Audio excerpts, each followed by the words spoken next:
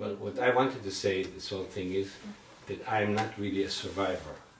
I didn't recognize myself as a survivor till 95, because I believe survivors are those that were in those death camps. Because I was not in a death camp, I don't feel really a survivor. By 1996, I don't remember when, somebody said you have to record your story, which I started to do anyway. And I was interviewed by several people, by that doesn't matter, all over, and slowly I accepted it. Not only did I accept it, I was recognized in Israel as a survivor. I mean, the Israeli government is paying me a pension, a very small one, as a survivor. So if they say I'm a survivor, I must be a survivor.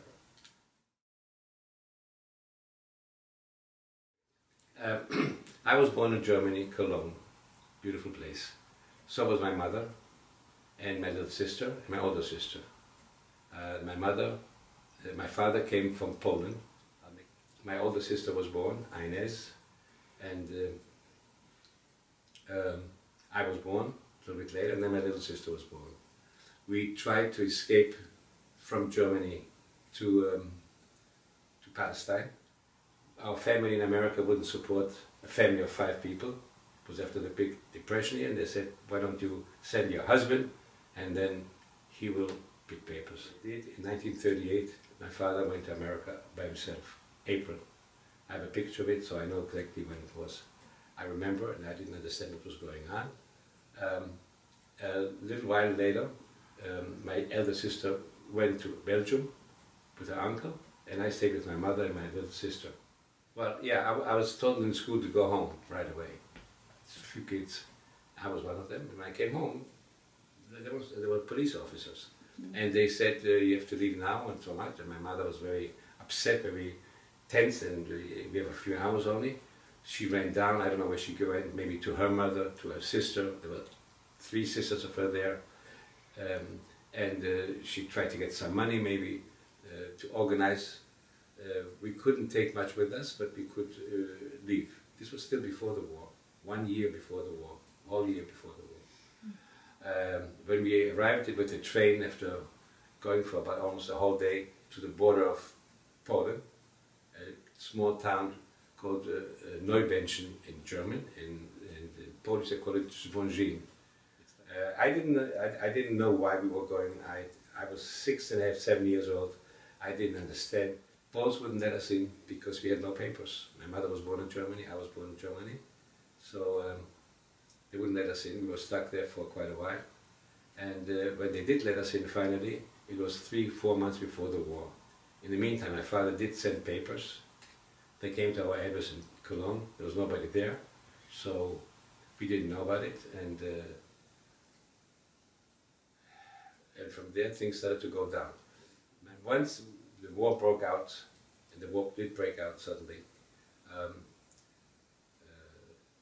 we were expelled by the Germans after 2 weeks, or 3 weeks, or 4 weeks, I don't remember, to go to the other side of Poland, which was under the Russian occupation. And we went. We were stopped by some officers, which put the gun to my head and Nelly started to cry, my little sister, right away. So when they started to scream in German, and we understood German, Nelly understood and I understood. The Polish Jews didn't understand what they were screaming. They said, if you don't give your money, we're going to kill you, we're going to shoot you. A child, I was 6, 7 years old, she was 3.5 years old, Nelly. She understood right away. And they had the guns, and they wanted money, just to rob a little bit. She started to cry. When she started to cry, my mother opened her mouth in German and gave him a real shower. She said, aren't you ashamed, little kid, and this kid, what do you want from them? You want money? I'll give you some money if I have. If I don't have money, don't threaten them to shoot them. She started to cry because they said, if you don't give us the money that you have, we're going to shoot you. So when we came to the other side of Russia, Russian side of Poland, my mother started to, we were running out of money.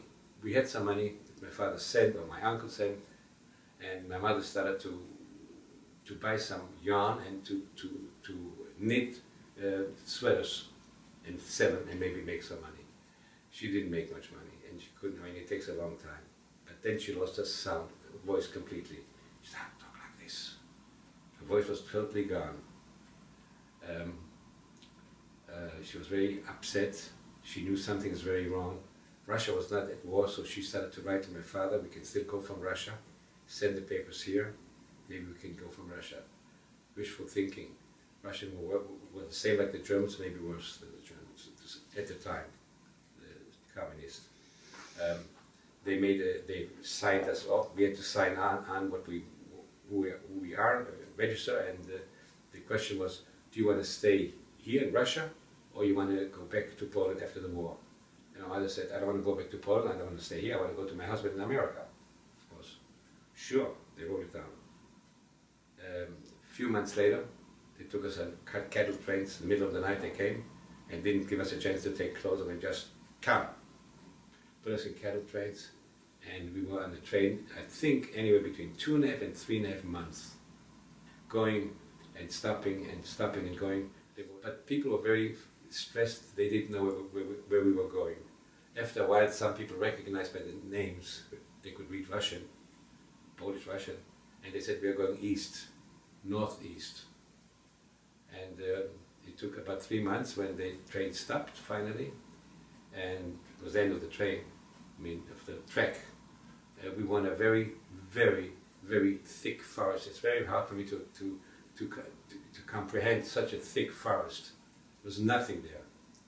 And they put us on big trucks, and we were in the truck for I don't know how long, maybe a day, maybe 2 days, and they drove not on a regular road, on some dirt road that they cut some trees away before, and that was our camp. There was a camp with big barracks, 2 big barracks. In Siberia, if you didn't work, you got 20 grams of bread, which was like a thin slice of bread. So we got, the 3 of us got 3 thin slices of bread. You couldn't live off it. If you worked, you got more food. And my mother didn't eat, and we ate. By not eating, she died eventually, because I didn't see it. I didn't feel it. I didn't notice it. Because whenever I cuddled in with her, she was still chubby and warm, and everything was fine as a child. And so nearly 2. Two of us were always with her. But she apparently got very sick, and she died. So we survived. And after my mother died, 6 weeks later, there was a big, Hitler decided to attack Russia. The Poles said, you have sent to Siberia Jews and Polish people who are well off to there, let them out. Russia said, yeah, sure, the men. He said, no, you let out the men, the women, the churches, the orphanages, the whole shebang. You let them out, and we'll set up divisions of Polish soldiers. That's true. The Anders army, they were called, the General Anders was the general at the time that took it over. So we were also one day taken with the truck again to the train, and we were all dumped in a city called Tashkent in Uzbekistan.